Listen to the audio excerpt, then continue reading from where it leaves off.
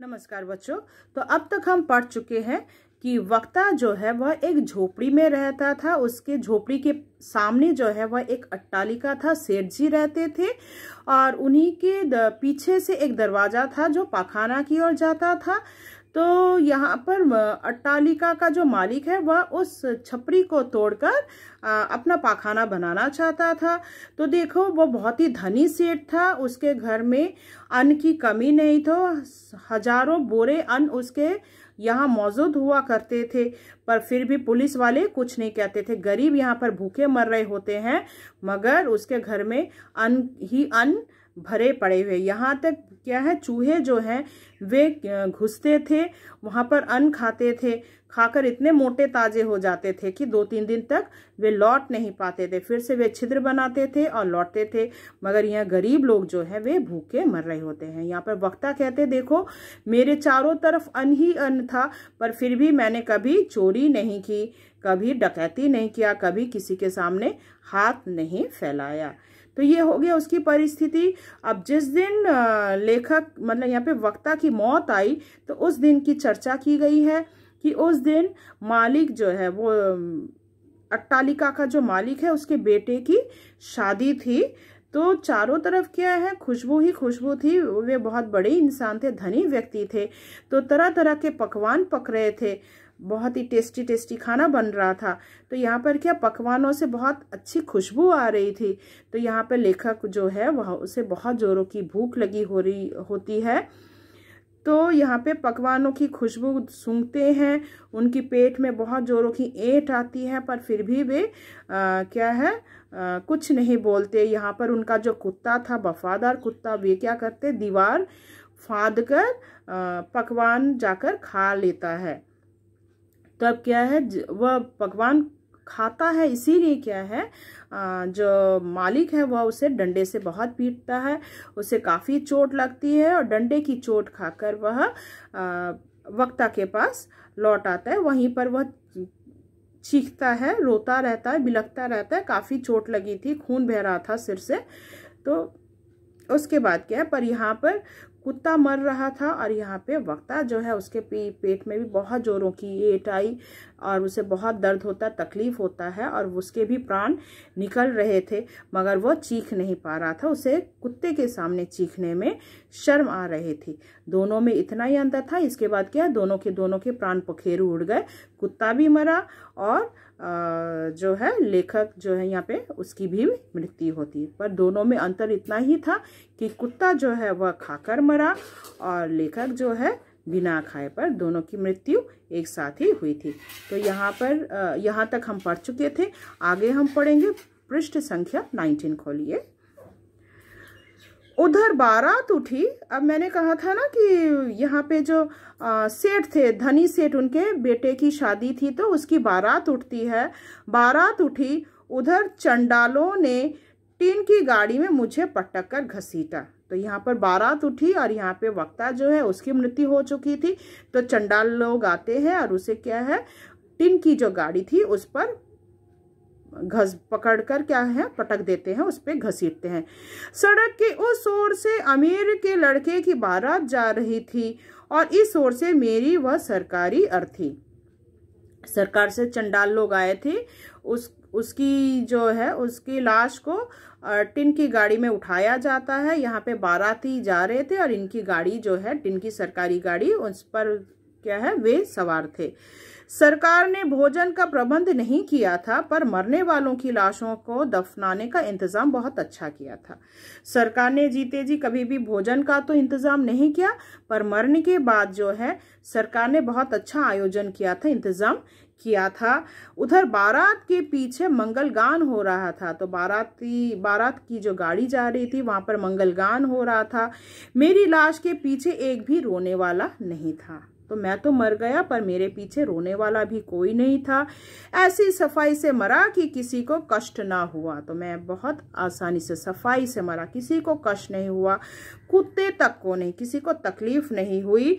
बारात पहुंच गई थी, गोले छूट रहे थे। तो देखो यहाँ इसकी मौत हुई, बाराती पहुंचे आतिशबाजियां जल रही थी और उधर अपर्याप्त लकड़ी में मेरी हड्डियां चटचटा रही थी। तो यहाँ पे एक तरफ आतिशबाजी जल रही थी और दूसरी तरफ क्या है, लकड़ियों की कमी के कारण क्या है, उनके लाश को जो जलाया जा रहा था तो उसमें भी हड्डियों से चटपट चटा की आवाज आ रही थी। ऐसा मरा और मरकर यहाँ जब आया तो मुझे कुछ दुख नहीं हुआ। अब मरा, ठीक है, मरना तो था ही, मर गए, मौत से उन्हें बिल्कुल भी दुख नहीं हुआ, क्योंकि वे गरीबी से जैसा जी रहे थे वे उसी से हैबिचुएट हो गए थे, उन्हें कोई दुख नहीं हुआ। जब मैं नर्क में भी भेज दिया गया, मतलब अब मरने के बाद उन्हें कहाँ भेज दिया गया था, नर्क में, पर नर्क में भी क्या है, उन्हें बिल्कुल भी दुख नहीं हुआ, वे खुश थे नर्क में भी, क्योंकि धरती में भी तो ऐसा ही जिंदगी जी रहे थे। इससे खराबी हम बता दें तो नर्क में जैसा जी रहे हैं उसको लेकर वे बिल्कुल अफसोस नहीं कर रहे थे। मैंने प्रतिवाद करना सीखा नहीं था और यह स्थान भी उससे ज्यादा खराब नहीं था जहां मैं जिंदगी भर रह चुका था। तो उनके लिए नर्क भी अच्छा ही स्थान था। अच्छा इसीलिए क्योंकि वे जैसा जी रहे थे, धरती में जी रहे थे, वैसा ही स्थान नर्क भी था, इसीलिए उन्हें कोई तकलीफ नहीं हो रही थी। कहानी भगवान ने सुनी, तो कहानी किसने सुनी? भगवान ने सुनी। बोले तुम भूख से मरे ना, तो क्या तुम भूख से मरे ना, फिर भी तुम्हें क्या है, नर्क मिलेगा। तुम भूख से मरे, इसके बावजूद क्या है, तुम्हें नर्क ही मिलेगा और कुत्ता स्वर्ग में रहेगा। तो भगवान फैसला सुनाते हैं, कुत्ता जो है वह स्वर्ग में रहेगा और तुम जो हो नर्क में ही रहोगे, और ये तुम्हारे बगल का कमरा उस झूठे मंत्री के लिए खाली होगा, और तुम्हारे पास वाला जो कमरा है वह भी नर्क में है, उस मंत्री के लिए होगा जिसने झूठ बोला कि तुम्हारी मृत्यु किस लिए हुई है, आत्महत्या के कारण हुई है। मैंने पैर पकड़ लिए, तो जाकर वक्ता क्या करते हैं, भगवान के पैर पकड़ लेते। बोला भगवान ये कैसा न्याय, ये किस प्रकार का न्याय है, मेरा कुत्ता स्वर्ग में, मुझे नर्क में मिला, ये भला आप किस प्रकार का न्याय दे रहे हैं। तब भगवान बोले मूर्ख कायर, तो कुत्ते से भी हीन है। ये बहुत ही इंपॉर्टेंट लाइन है, अंडरलाइन कर लो। मूर्ख कायर तो कुत्ते से भी हीन है। बेचारा कुत्ता दीवार को लांघकर घुस गया, तो कुत्ता जो है वह दीवार लांघकर घुस गया और खाना खा गया। तो एक कुत्ता जो है वह क्या है, दीवार लांघकर क्या करता है, भोजन खा लेता है। और तू आदमी है, तो आदमी कहलाने वाला हाय हाय करके मर गया। एक जानवर होकर वह क्या है, दीवार लांघकर भोजन खा गया, और तू क्या है, हाय हाय करते हुए मर गया। तू दीवार नहीं लांघ सकता था क्या? तू दीवार लांघकर भोजन के लिए नहीं जा सकता था? दीवार तोड़ नहीं सकता था? यहाँ पे दीवार किसके बारे में कहा गया है? अमीरी और गरीबी के बीच का दीवार। लेकिन भगवान, मैंने कहा वह दीवार कैसे तोड़ता, कैसे लांघता, ये पाप ना होता? तो वे कहते, भगवान कहते हैं कि जो अमीरी गरीबी का दीवार है, क्या तुम ये नहीं तोड़ सकते हो? मूर्ख कायर, तो कुत्ते से भी हीन है, तो क्या कुत्ते से भी गया गुजरा है, क्योंकि एक कुत्ता जो है वह दीवार लांघकर अपना भोजन प्राप्त कर पाया, और भगवान ने क्या है, तेरे को हाथ पैर दिए हैं और तू अकर्मण्य रह गया, बिना कुछ किए ही क्या है, तू मर गया, हाय हाय करता हुआ मर गया। तो ये जो अमीरी गरीबी की जो दीवार है, क्या मैंने तैयार किया है? ये तो तुम लोगों ने खुद इन्हें तोड़ा बनाया है, तो क्या तुम इसे तोड़ नहीं सकते थे? तो वो कहता है कि आखिर मैं भला कैसे एक गरीब इंसान हूं, यह दीवार में कैसे तोड़ सकता था, कैसे लांघता? अगर मैं इस दीवार को तोड़ता या इस दीवार को मैं लांघता, यह अमीरी गरीबी की जो दीवार है, तो ये पाप नहीं होता, तो यह तो बहुत ही बड़ा पाप कार्य होता। तब भगवान कहते हैं, भगवान क्रोधित हो जाते उसके उत्तर को सुनकर, और कहते हैं, पाप पुण्य के झमेले में पड़ने वाले कायर, यह दीवार क्या मेरी बनाई हुई है? तो ये जो अमीरी गरीबी की जो दीवार है, यह क्या मैंने बनाई है? यह तो इंसानों ने खुद बनाया है। तो यहाँ पर पाप भला कैसे लगता? तमाम दीवारें जो हैं वह आदमियों ने बनाई है, और तू इन्हें तोड़ने में पाप पुण्य देखता है? मूर्ख, तेरा कुत्ता तुझसे ज्यादा समझदार है। तो भगवान कहते हैं जो कुत्ता है, तेरा कुत्ता, वह तुझसे ज्यादा समझदार है। वह घुस गया, सिर्फ क्या है, दीवार लांघकर घुसा ही नहीं, खाया और डंडे की मार से मरकर यहाँ आ गया। डंडे की मार से उसकी मौत हो गई। उसमें मनुष्य तत्व है, तुझमें पशु तत्व भी नहीं है। क्या है, कुत्ते में कम से कम मनुष्य तत्व है और तुझमें तो पशु तत्व भी नहीं है।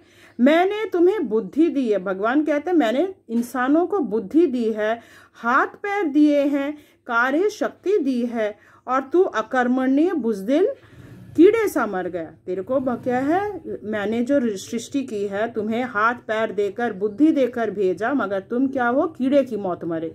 ठीक है, बिना कोई काम किए बुजदिल की तरह जीते रहे, परिश्रम नहीं किए। मनुष्य ने मुझे बहुत निराशा किया, तो मनुष्य ने क्या है, भगवान को बहुत निराशा दिया। अब मैं कुत्ते ही कुत्ते निर्माण करने का विचार कर रहा हूं। इसीलिए भगवान कहते हैं अब मनुष्य नहीं, मैं सिर्फ दुनिया में क्या भेजूंगा, निर्माण करूंगा, कुत्ते ही कुत्ते निर्माण करूंगा। तुम जैसे अकर्मण्य, कायर, भीरू, मूर्ख तो को नरक नहीं तो क्या इंद्र प्रसाद मिलेगा। तो यहाँ पे कहते हैं तुम जैसे, मतलब यहाँ पे जो लोग अकर्मण्य हैं, जो लोग काम नहीं करते, हाथ पैर रहते हुए भी क्या करते, घर पर बैठे रहते, ऐसे अकर्मण्य क्या है। मनुष्य को परिश्रम करना है, बिना परिश्रम का कुछ नहीं होने वाला। अपना पेट चलाना है, परिवार का पेट चलाना है, हमेशा दिन भर काम में लगे रहना चाहिए। अगर नहीं करते हो, चुपचाप बैठे रहते, तो कोई आकर तुम्हें भोजन आकर नहीं पहुंचाने वाला। तो इसीलिए भगवान कहते हैं तुम जैसे, यहाँ पे वक्ता के बारे में कह रहे हैं, तुम जैसे अकर्मण्य, कायर, भीरू, मूर्ख को नरक नहीं तो क्या इंद्रासन मिलेगा, तो क्या उन्हें स्वर्ग मिलेगा। मैं नरक में ढकेल दिया गया, और उसके बाद क्या है, भगवान उसे नरक में ढकेल देते हैं।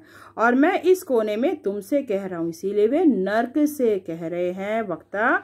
मेरे देशवासियों, वे देशवासियों से कहते हैं मेरी जैसी मौत ना मरना। मैं जिस प्रकार मरा, भूखों मरा, तुम ऐसा मत करना, अपने हक के लिए लड़ो, मेरे कुत्ते की तरह मरना, मतलब लड़ाई करके मरो। ठीक है, इस प्रकार मेरी तरह अकर्मण्य होकर घर पे बैठे मत मरो। तुम्हें काम में निकलना है, दुनिया के साथ जूझना है, लड़ना है, तभी तुम्हारा जीवन सफल होगा। आशा करती हूँ ये कहानी आपको पसंद आई होगी, समझ में आया होगा। तो इससे संबंधित प्रश्नोत्तर जो है मैं PDF के माध्यम में भेज दूंगी। धन्यवाद।